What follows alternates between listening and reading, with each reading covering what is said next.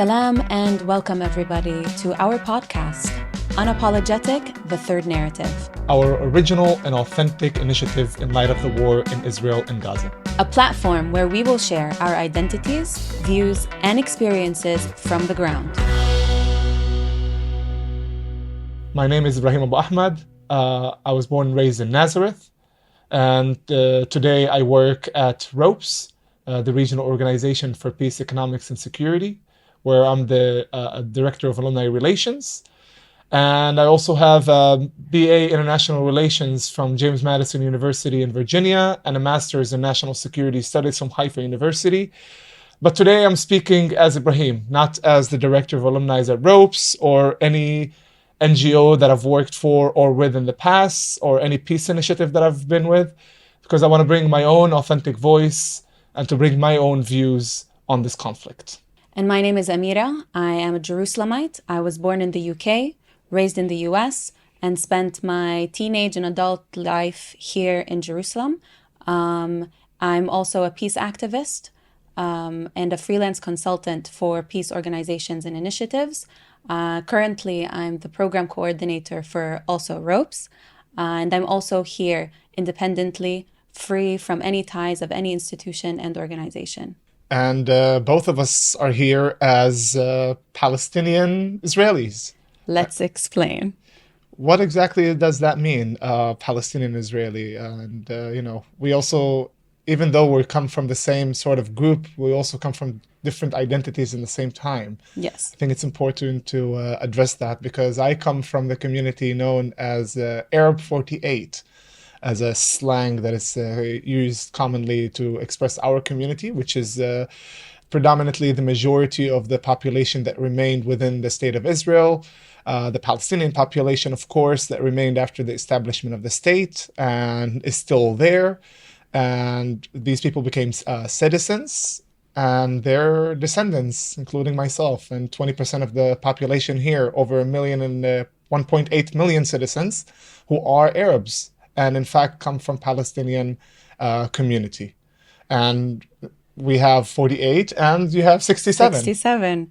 And not part of the 20% population of the Arab Israeli or Arab citizens of Israel are residents that are part, when we look at borders, are part of the state of Israel when Israel annexed Jerusalem in 67, but aren't actual citizens. Most are actually residents without official citizenship, and it's temporary residency. Now we'll go into details about Jerusalem and specific identities of Palestine in depth in future.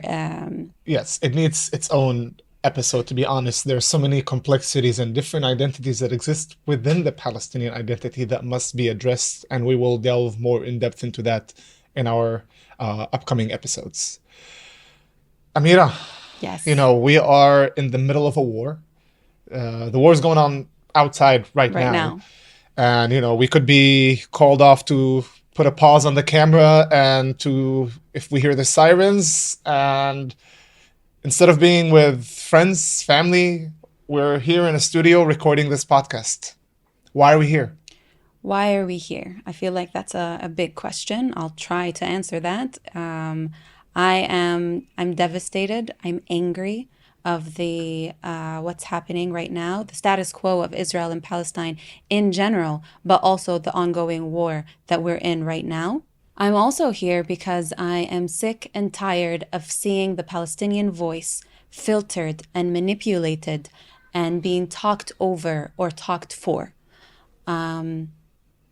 And as someone who monitors Islamophobia and anti-Semitism online, I'm seeing a peak, an increase in hate on social media that is fueling and triggering actual hate crimes in the States, in the UK, and around the world in general. Why are you here, Ibrahim?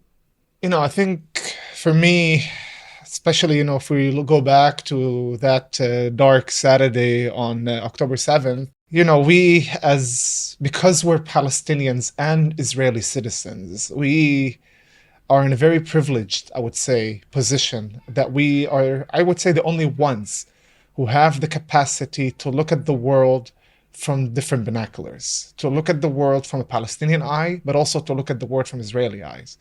Because the truth of the matter is that we were born here, we were raised here, and we have friends who are Jewish, colleagues, uh, co-workers, you name it, and partners at times. And we live together at the end of the day. And when what happened on Saturday happened, it kind of connected everyone in the country, and everyone sort of felt that they were affiliated to it because somebody was related to somebody. And I had a lot of friends who lost friends on that day. Likewise. And then a few days later, and then you're worried about your friends in Gaza Yep. at the same time. And that Like feeling, you're pulled towards both directions. You're pulled, and I don't want to be pulled. I want to be unapologetic. And our name of this podcast, I do want to be unapologetic about my sincere feeling of, pain and compassion to humanity, compassion to people. I feel these people's pain on both sides, and I don't need to apologize about that. I don't need to be filtered. And you mentioned how we as Palestinians are filtered or spoken of. And my other issue on the other side is that there's a sense that everything falls under one umbrella group when something is pro-Palestinian.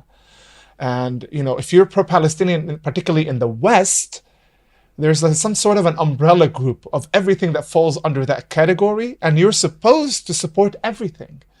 And if you're not, you're the other side. You're pro-Israeli. Because what the West created is a sense of a black and white, of only two narratives that exist. You're either pro-Israeli or you're pro-Palestinian. And if you don't sit with everything that's under that pro-Palestinian category, you go to the other side. You're pro-Israeli now. So some people who are very pro-Palestinian in the West feel that they can't speak against Hamas because then you're categorized on the other side of the spectrum. And what we want to create here with this initiative is a third narrative in the West. I think we should be absolutely clear, and I'll say it to the camera. We're both very thankful for the reactions, for the power that we see in the West, the power that we see outside of where we are right now. But there is no textbook. There is no page that says that this is what pro-Palestinian means and this is what pro-Israeli means. You can be a liberal woman and be against occupation.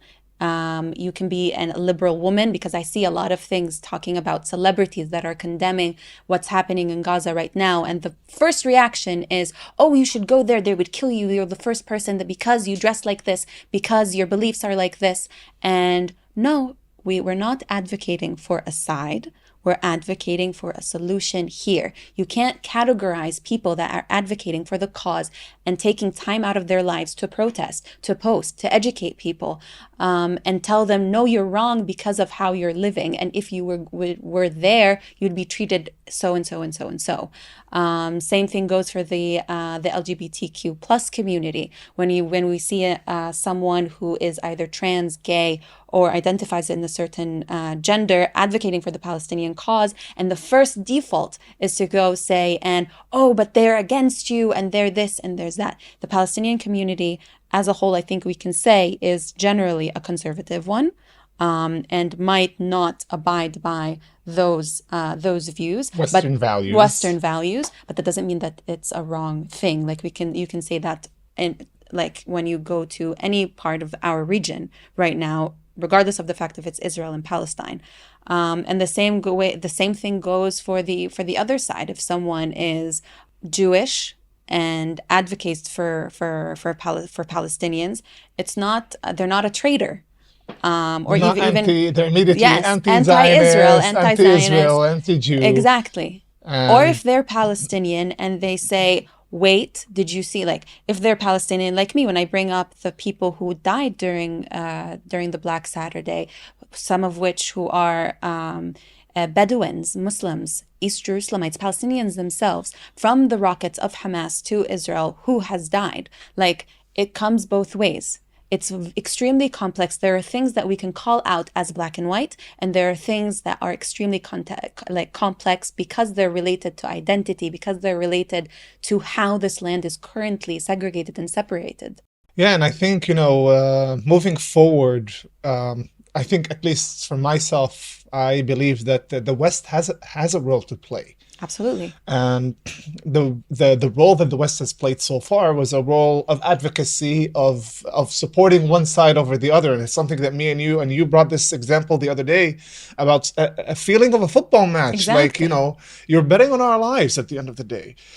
It feels like we have two sets of fans, and each one is supporting the team that they prefer, and hopefully one will beat the other at the end of the game. And if it's a tie, we'll go to penalties. I don't know, but it just feels like you're supporting one over the other, and that support is to defeat the other side. And what we're saying is all of this at the end of the day leads us to one thing: war. War.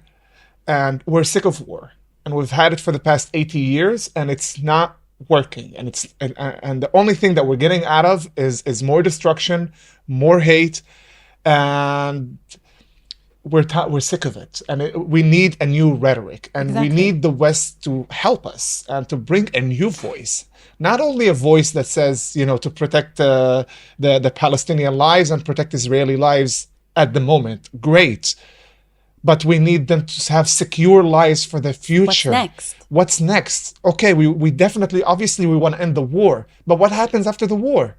We need real long-term solutions, because if we end this war today and we'll have another war tomorrow, what do we achieve by that? Nothing. We need a call for the West to push for real resolution. I'm not saying we need to be friends and have, doves flying over Tel Aviv and Ramallah, but at least to have an actual resolution, to set a clear border, and to have people to self-determine their own lives in peace.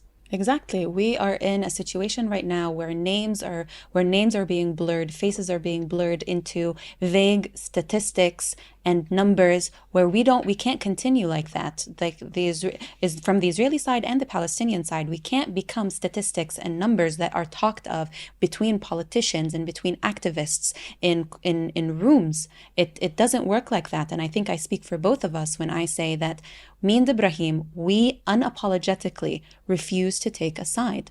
We will unapologetically pledge to call out hate and incitement wherever it lies, and we invite you to do the same. We're trying to bring messages of unity, and we will call out messages of division. I think one of the first one that I encountered personally, and I really was taken personally by it, was one post by Nas Daily, who a lot of the audience might know. And he posted that before October 7th, he used to view himself as first Palestinian and then Israeli. And after the war, now he decided that he is first Israeli and then Palestinian. And I immediately posted something against it. And, that was one of the things that also pushed me to try to do something, to bring this voice out there, because it was a dangerous thing to say Yeah. by Nas Daily, especially someone who's that famous and he has power and influence. And that message was a message of division. Yes, I stand against what Hamas did on October 7th, but in the same breath, I will not allow Hamas to diminish my own Palestinian identity. I am a Palestinian. That's who I am. And it will not be diminished by an act of one terror organization or one day of terror act. This is who we are. And we will discuss later in this episode what a Palestinian is. But we shouldn't change our opinions and change our views and change who we are because of some people who are trying to take it to their own. Instead, we should be strong and stand with our identities and, again, unapologetically Palestinian. I wouldn't have put it in any other way. I agree with you 100%. Nas Daily and other influencers that have such a big platform, and coincidentally he's a Palestinian. And when I used to resonate with some things, I wouldn't say everything, but some things that Nas Daily would promote, like tolerance and dialogue, which is also things that we promote. But to throw your entire peoplehood under the bus like that, like this, doesn't make sense to me. And even if I were to say, okay, I equate, which I'm not saying, I'm saying this is wrong, equating Hamas to Palestine, to being Palestinian. I think as someone who's as privileged as that he's removed from the situation, because I don't think he lives here anymore. At the end of the day, we are treated as Palestinians. And we can't forget that. We're treated as Palestinians. When I'm in East Jerusalem, okay, I'm between my people, I'm between my culture. But as soon as I step foot from East Jerusalem to West Jerusalem and the wider country, it's different. People hear an accent. People hear sometimes lack thereof, because in Jerusalem, Hebrew isn't taught. So you are treated as such when you walk and you look like a Palestinian young man. And I can't say that I can't say that I have been through this, but as a man, when you go through anywhere, and if a police eye sees you, they see suspicion, especially during these times. So if anything, if we're dropping anything, we can't drop how we're treated. We are treated as Palestinians. And that is, if anything, the biggest reason to not let our identity go. Yeah, we need to stand brave and, believe in our own path forward, regardless of anyone who's trying to sabotage it. Regardless if it's Hamas, the right-wing government in Israel, or anyone else, it's irrelevant. We will not break away from our push for a better future. We look at the people.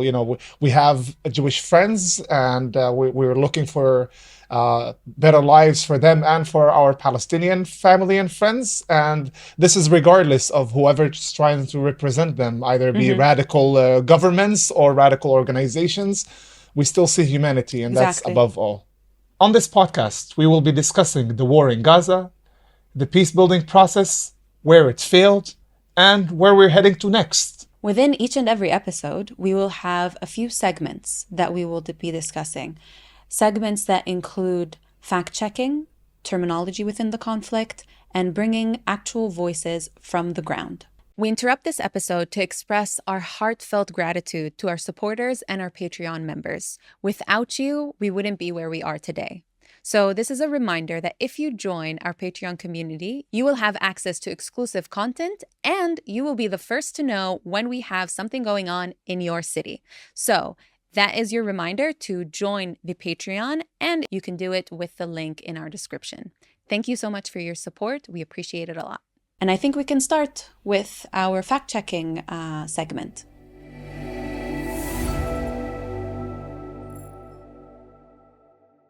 So let's talk about fact-checking. For our first segment of fact-checking, let's talk about the major two things that have been circling around the media right now. One is the tragic murder and beheading of the 40-plus babies during the Black Saturday. The second is the bombing of the hospital in Gaza and the falling of the 500-plus victims. Now, before we get into what we actually want to say, I think we should just for a second say that everything that is happening is extremely tragic, no matter the details. It is horrendous for parents, friends, everyone, families in Gaza, everyone. It's extremely, it's devastating, to say the least. That's the first initial point. The second one, as someone from the West, or even generally speaking, it just shows how gruesome the situation is at the moment. And maybe let's ask ourselves, does it really matter when we're advocating for a solution? Who did what at the moment, at the time being? Yes, in the future, it's going to be extremely important, the details and the gruesomeness of the situation, of who did what when. But right now, when you're advocating for something to stop, when you're advocating for lives being lost, isn't it more important to specify the actual deaths that are happening, not who did the act? What do you think? It just feels to me that, I don't know how to say it, it's... A justification? Not a justification as much as of like a battle between both sides on who is suffering more. It's what's worse, basically. It's an argument of what's worse. Is it worse of the 40 babies, or is it worse the 500 Palestinians in the hospital? And each side feels like they're trying to, place the importance on where they're suffering vis-a-vis the other. And it's sort of like it becomes like a sort of a social media war of, what's going to be more prevalent on the social media pages, the 40 babies or is it the hospital? That becomes the question. And like just like you said, at the end of the day, people are dying. It's not an issue of competition. People are dying, and it doesn't, and we wrote fact checking for this particular segment, and we're not doing an actual fact checking of Who did it? or about the actual number, if it's 500 or more or less, and if it's whether it's 40 babies more or less, and whether or not they were beheaded or not. Beheaded, shot, killed, thrown out. It doesn't matter. At the end of the day, babies died. At the end of the day, people in Gaza are dying, and they died in that hospital. People are dying, and that's the main thing that we wanted to stress to people, that we want your support, not just to advocate on one issue that happened, but to call out the end of the entire conflict and the entire war, and in general the entire conflict. I'll also add that it's also being used as a means of removing credibility from one side, as if something came out as false, the entire, like we said previously, an umbrella. If this statement is false, that means, everything is questionable. Yes, everything as a whole, not towards one side, but everything as a whole you should question. This is war we're talking about. People are not counting their dead. They are taking them from the ground and putting them into literally plastic bags. Yep. And there's going to be a big, massive margin of error in war until it is hopefully soon over, and hopefully the conflict soon as a whole ends. I also want to remind everyone that news agencies are driven by ad revenue. They don't value accuracy. They value ratings. They value shares. They really don't care about accuracy. They're just going to push out anything. Even those who have their agendas will push towards their agenda. And generally, those who are just like looking for rates, looking for shares, are not going to care about who's right, what is right. So don't be a victim of that. Question every single thing you see. Everything. I remember a friend calling me after the explosion of the hospital, and it was maybe 20 minutes after the first report that it happened, and was crying and saying, reports suggesting 2,000 people killed. I'm like, pause. Calm down. It looks horrific. But let's not jump into the statistics of some fake news media outlet that just wants, like you're saying, it just wants likes and shares to its post. Even if everybody dead was out there, how did you count 2,000 people? But these social media and in general media outlets, what they're doing is that they're using numbers to get likes and shares and to get more exposure. That's what they care about, their own exposure, not about accuracy, like you said. This is, of course, only our first episode, and therefore our first segment on fact-checking. So later on in future episodes, we'll talk about more examples, bring more things to the table to talk about, and maybe in specific cases, talk about what actually happened, especially if there's an open investigation in something that happened. That I would also like to clarify right now that it will happen after the war ends, not right now. And let's switch to our next segment, terminology within the conflict. Terminology is so powerful. It's extremely powerful. It either makes a devil or an angel out of a person or a side. And the term that we decided to talk about today is, this is terror, this is Palestine. Again, extremely dangerous. It is, I'll bring up another slogan that's being used right now, which is Hamas equals ISIS. If you combine both these together, this is terror, this is Palestine, and underneath Hamas equals ISIS, you're equating Palestinians to Hamas to ISIS. I think that one, it was even Palestinian Hamas equals yes. ISIS. It wasn't even like only Hamas, it was Palestinian Hamas, so you can connect the Palestinian term to ISIS as well.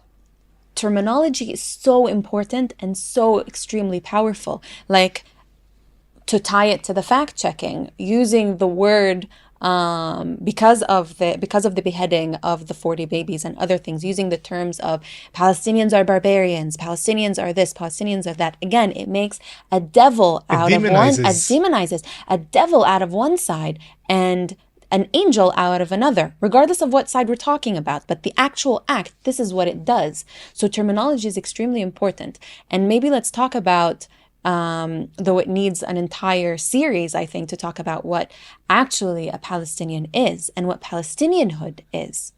So, like you said, and we also said it to our listeners that we will have a whole episode on, the various identities within the Palestinian identity, overarching identity. But it's important because of that demonization and that attempt to equivalent Palestinians, all Palestinians, to Hamas and then to ISIS, it's important to address what exactly a Palestinian is in general. Palestinians is a peoplehood. Palestinians are a people. And what is a people? A people is a culture, food, norms, weddings, habits, interactions, Art. language, art within that culture. There's art, there's music, there's so many other elements, and a common language, a shared history, and a geographic aspiration for a self-determination, essentially. Exactly. That is what a peoplehood is. And the Palestinian peoplehood was established in the 1920s, right after the fall of the Ottoman Empire, to establish a state, to self-determinate and to establish a state within the land of Palestine. That didn't happen at that time, but that doesn't diminish the Palestinian peoplehood. Because again, this is who we are as a people. We were divided geographically while our people were heading towards that aspiration of a state. And we had the 1948 war. Some of our people became Israeli citizens. Some of them are in the West Bank, some in Gaza Strip, and some are refugees. But at the end, what we are is a people who are under one common denominator that connects us all. Our culture, our heritage, our history. This is who we are. A Palestinian is not only a movement. A Palestinian is not only an aspiration for the state either, because before the state there is a peoplehood. Exactly. And that's also in the same token an answer to some of the Jewish people who give me this argument of, well, there was never a state of Palestine. So, or it's a new identity. Or it's a new identity. So first and foremost, the first answer to that is on a Jewish level. The Jewish people became a people after they left and escaped from Pharaoh in Egypt. V'nihiyenu le'am, and then we became a people. And that peoplehood was created because they had the same language, culture, and they had the same aspiration of self-determination into the land of Canaan, or Canaan. And they became a people on the way to the land of Canaan, not after they established their state. That aspiration in of itself creates a people. And it's the same for us. Whether it happened in 1920, 1948, a month ago, or it even happened last night, it's none of your business. We as a community, we decided to create this identity, and this is who we are. I agree with you. I think that argument is just there to deflect from the actual conversation that should be happening, which is the rights of Palestinians and their right to return. And again, we're not doing justifications here, but we're trying to bring into perspective from our voice as Palestinians to tell our listeners that, one, we're unapologetic about our identity. And we stand against, claims that try to sabotage or to put our Palestinian identity in the same token as terrorists and radical and ISIS. And at the same time, we won't accept from the Palestinian side also attempts that try to basically justify killing of innocent people. We're not going to be ones who support that, and we're standing against that. And we will continue to do so. I think the word unapologetic is extremely key for where we stand as in our ideologies and in our beliefs, because we're not just unapologetically Palestinian we're also unapologetically Israeli citizens in the essence of that I have rights as an Israeli. And not because I'm Palestinian, being Palestinian doesn't overthrow, being unapologetically Palestinian doesn't overthrow me strongly asking and getting those rights. And at the same time, having that citizenship doesn't overthrow me and my Palestinian identity. I think that is the clearest way I can explain it. Absolutely. And, we, it's just a reminder to some people that this is our reality. We were born into this situation, and we can't drop who we are. To my Jewish friends, I'll remind them that, we are Israeli citizens because we were born here. Yeah. But we would have been Palestinian no matter where we would have been born. We would have been Palestinians anyways.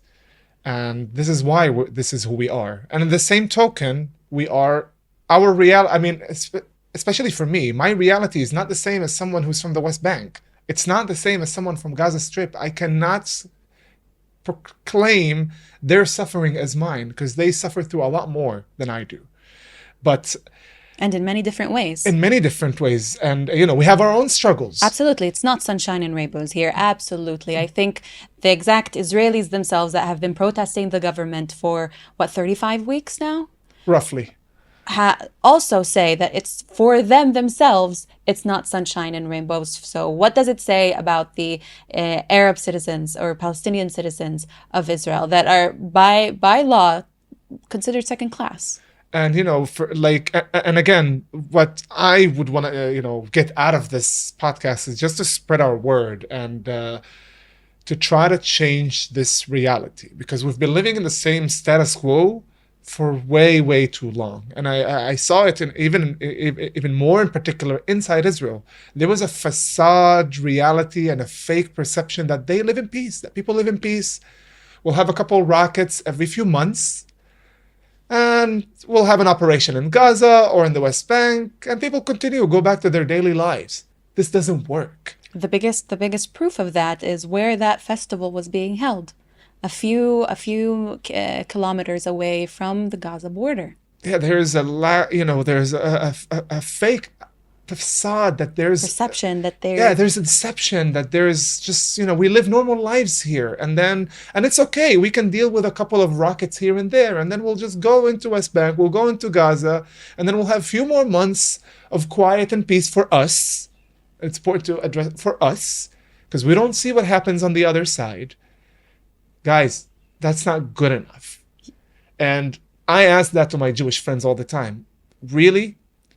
Is this what the Jewish people really aspire for? After everything that the Jewish people have been through, that's what you want? A life that has conflict and ongoing forever and ever? You deserve better. We deserve better. Everyone deserves better. Arabs, Jews, Israelis, Palestinians, Muslims, Christians, everyone who lives on this land deserve better life than we had so far. And in the same token, it's also a statement to my Palestinian people. Going for an armed struggle for 80 years has led us to nowhere except for diminishing of two main things. Rights of Palestinians, because after every clash we just had more and more diminishing rights. And then the second thing is diminishing of land. The land shrinks more and more after every conflict that we've gone through, and that there's, almost nowhere left. How far are we gonna go? Our peoplehood is, and what a Palestinian is, it's about the people before the land. We need to work on prospering our people before looking at how much of the land we will get. And that's why my belief is that the only way forward is a way of going to a two-stage solution, a real one, where both sides are able to live and have their own rights of self-determination and prosperity. And of course, our call for changing the path doesn't also exclusively blame one side or the other. We're exclusively and unapologetically saying that we all fucked up. We all need to change, and we need to accept the fact that we all need to change. And I think to wrap up these two segments of our first episode is, if you leave with one thing from listening to us and never listen to us again, I think you should leave with the message of question everything. And I repeat again, question everything, because we want to have dialogue. We want to understand. Do your research. Talk to people you disagree with. Talk to people that trigger you. Ask them why they use that term. What does it mean? What does it mean? Bring your side of the story. Highlight, especially if you're Palestinian, if you're Israeli, if you're Jewish, and you live in the West, use your voice for good.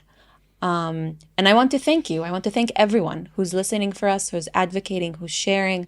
Thank you so very much. We appreciate it. Continue what you're doing, and we'll continue what we are doing. And we'll promise on the next episode, we will be delving deeper into the war in Gaza, and actually the question of how did we get to where we are today, looking back into the history of the conflict, and particularly of what happened in Gaza up to the point or where we are now. And remember, at the end of the day, all of us, Arabs, Jews, Muslims, Christians, Palestinians and Israelis, deserve better.